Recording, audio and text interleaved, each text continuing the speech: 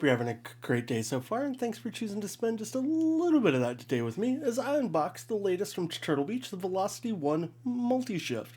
Now, this is a standalone product as well as something that also accommodates the VelocityOne race wheel and pedal. So if you have that, this will be a great addition to that. And if you don't, but have a different racing setup, maybe this can help accommodate that with you as well. It works on Windows 10 and 11, also available through Xbox Series XS and Xbox One, and gives you kind of two different options. You can do shifting, but you can also do braking and have a couple different format options to do that along with you. Now for this, I'm going to use my fancy little jerry rig everyday knife as we're going to bust open the box and we're going to see what's inside. While I'm getting this open initially, I'd love it if you haven't already and you're a newer returning viewer and haven't yet hit that subscribe button. If you wouldn't mind taking just 2 seconds out of your day, show me some love, helps out my channel, and allows me to do more cool stuff like this for you guys. I want to do my best not to damage the box intensely, but I'm already failing that, whole goal here, so no harm done.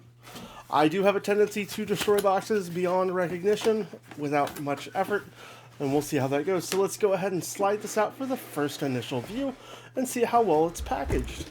We'll get this box out of the way, and we'll get to see our first look on the inside. So it looks like we're going to be given some initial literature with it, such as a quick race guide that appears to walk you through pretty much everything you need to set stuff up.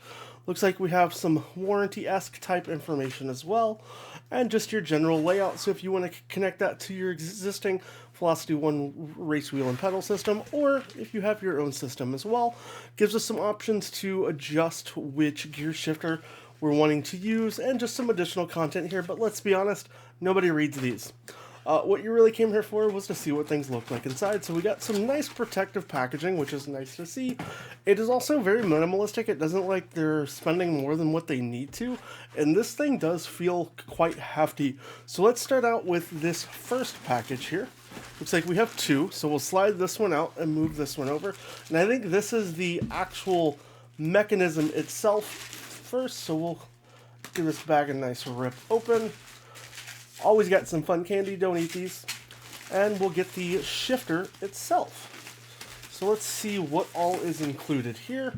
Looks like this is all preset. We'll need to screw things together, but again, this is where you can put whichever shifting nozzle you'll want for the multi-shift itself. Looking around, it looks like we have a USB-C port. I imagine this is how we're going to connect to everything. Some clamp and mounting options for various hardware. Looks like you could probably adapt to just about any stand you have. We have a high-low button down here, as well as a handbrake button here. I assume this is how we're going to switch between which ways we want to use this, either as a shifter or handbraking.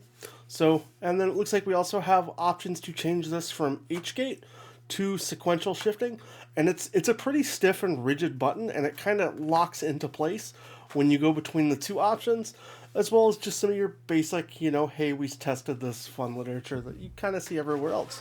Let's go ahead and check out. Looks like we have actually multiple bags here, so this is probably going to be one of our first shifting knobs. Let's see which one we get here.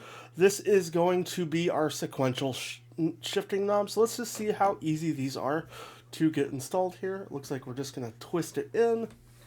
And then it does look like there's an option here for you to be able to run something to tighten this down even more, or something to help you unloosen this if you were to over tighten it, really based on how you want to go. And then again, we want to switch between our different shifting options. So this one being sequential, we just want to go forward and backward. We don't want to be able to move around all the other patterns. So let's go ahead and see what's in our next package over here. Looks like we've got some cables. Looks like we have an extension if you need to make this go even higher. I would imagine if you're doing handbraking, you probably want to increase the height. We've got our USB-C to USB-C cable, and then a USB-C to USB cable. So you've got some of your different connectivity options there. We'll set those off to the side, get this stuff out of here. And I assume one of our last couple packages here, looks like we have, yes, we have the H-gate shifting knob, which I'm assuming, if we unscrew this one here real quick, let's quickly get this off. I wonder if we can take it off of here. We can't. So it looks like this is going to be more low profile as well for this. So if you want the H-gate, you're not going to have that kind of height and altitude.